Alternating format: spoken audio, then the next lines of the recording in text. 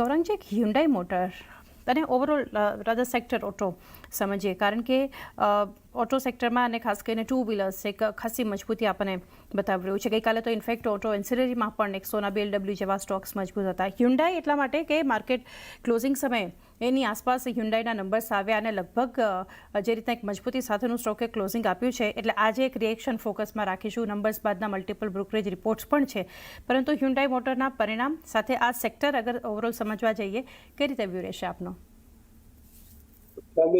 Auto ક્ષેત્ર બી મારા ખ્યાલથી સારું પ્રદર્શન કરી શકે છે અને બે ત્રણ કારણો છે.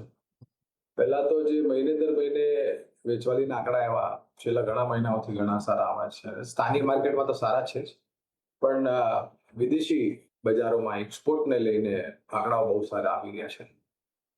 આપણા ભારત દેશે જે અલગ અલગ કરાર કર્યા છે અલગ અલગ દેશો સાથે ફ્રી ટ્રેડ એગ્રીમેન્ટના રૂપમાં, એનો બી ફાયદો ઓટો ક્ષેત્રને મળશે. બીજી તરફ ભાવ વધારો કર્યો છે અમુક કંપનીઓ અને ભવિષ્યમાં બી કરશે. જે રીતના સુરક્ષાને લઈને પરિવર્તન ભારત સરકાર કરી રહ્યું છે વાહનોમાં, લાગત ખર્ચને લઈને પણ થોડી ઘણી ઉપરની સપાટી છે, જેના કારણે અમુક વાહન ઉત્પાદન કરવાવાળી કંપનીઓના મેનેજમેન્ટે ટિપ્પણી કરેલી અને ભાવ વધારો બી કર્યો છે, એટલે કે પ્રાઇસિંગ પાવર પાછો આવી રહ્યો છે.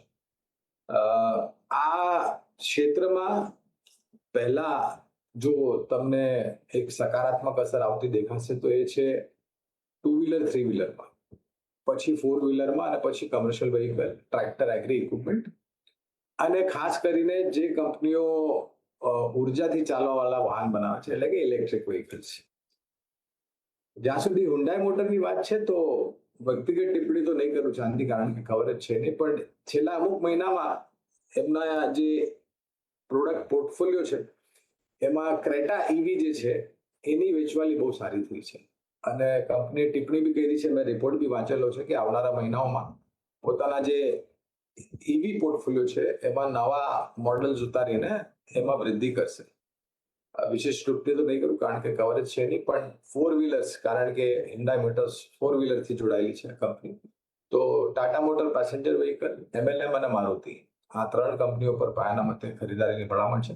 અને જેમ મેં કીધું, આપણે અત્યાર સુધી જે ટુ વ્હીલર, થ્રી વ્હીલર ઉત્પાદન કરવાવાળી કંપનીઓ છે એના જે પરિણામ જોયા છે, બજાજ ઓટો જોઈ લો તમે, હીરો મોટોકોર્પ જોઈ લો, ટીવીએસ મોટર્સ તો મારા ખ્યાલથી ગઈકાલે પોતાના જીવનની સર્વોચ્ચમ સપાટી પર હતું. એટલે મને લાગે છે કે ઓટો ક્ષેત્ર એકંદરે લાંબા ગાળા માટે સારું પ્રદર્શન કરશે. આ બધી જ કંપનીઓમાં ખરીદારીની ભલામણ છે એઝ અ ડિસ્ક્લોઝર. તો એક હ્યુન્ડાઈ પર કવરેજ નથી, પરંતુ આ સ્પેસમાંથી આ બધા સ્ટોક્સ જે કંપનીઓ જણાવી છે ગૌરાંગજી, એક લોંગ ટર્મ ફોકસમાં રાખી શકો છો. સોમિલ, ટેકનિકલી સેક્ટર થોડું આપની પાસેથી સમજીએ, કારણ કે અત્યારે ઇનફેક્ટ વીકલી રેશિયો ચાર્ટ પર નિફ્ટીના આઉટપરફોર્મ કરી રહ્યું છે નિફ્ટી ઓટો. એમાંથી હીરો મોટોકોર્પ અગર જોઈએ તો એક બહુ સ્ટ્રોંગ બ્રેકઆઉટ સ્ટોકમાં આપણને આવતું જોઈ રહ્યા છે. ઇનફેક્ટ શેર 200 EMAની ઉપર એક બ્રેકઆઉટ આપી રહ્યું છે. બજાજ ઓટો જુઓ, ત્યાં પણ 4 સપ્તાહથી હાયર લોઝ બની રહ્યા છે. ટીવીએસ મોટર કે જ્યાં ઓલ ટાઈમ હાઈના લેવલ્સ પર સ્ટોક આપણને ગઈકાલે પહોંચતો દેખાયો. ઘણું એક્શન પોઝિટિવ ઓટો કંપનીઓ બતાવી રહી છે. કઈ રીતે ને ક્યાં સેટઅપ આપ સ્ટ્રોંગ જોઈ રહ્યા છો ઓટોમાંથી?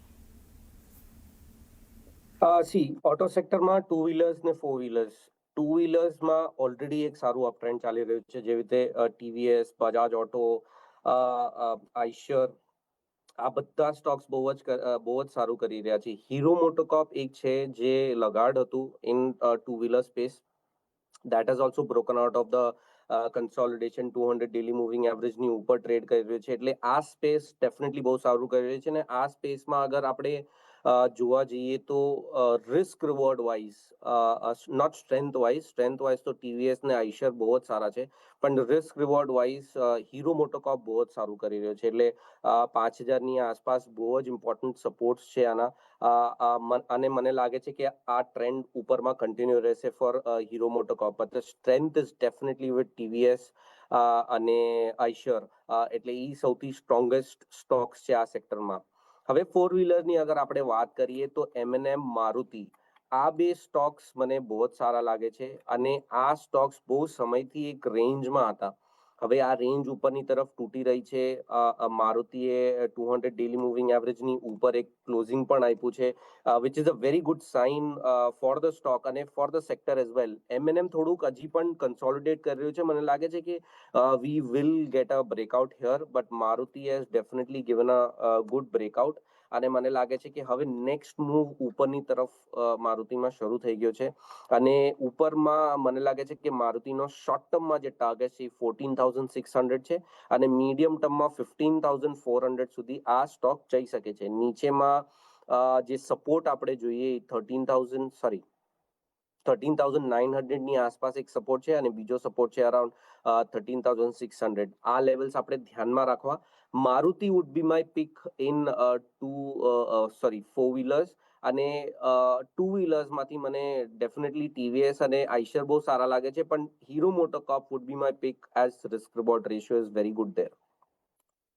ચાનો એક સ્ટોપ લોસ હીરો મોટોકોર્પ માટે ધ્યાનમાં રાખો 13,900, 13,600નો સ્ટોપ લોસ મારુતિ માટે 15,400ના એક લેવલ્સમાં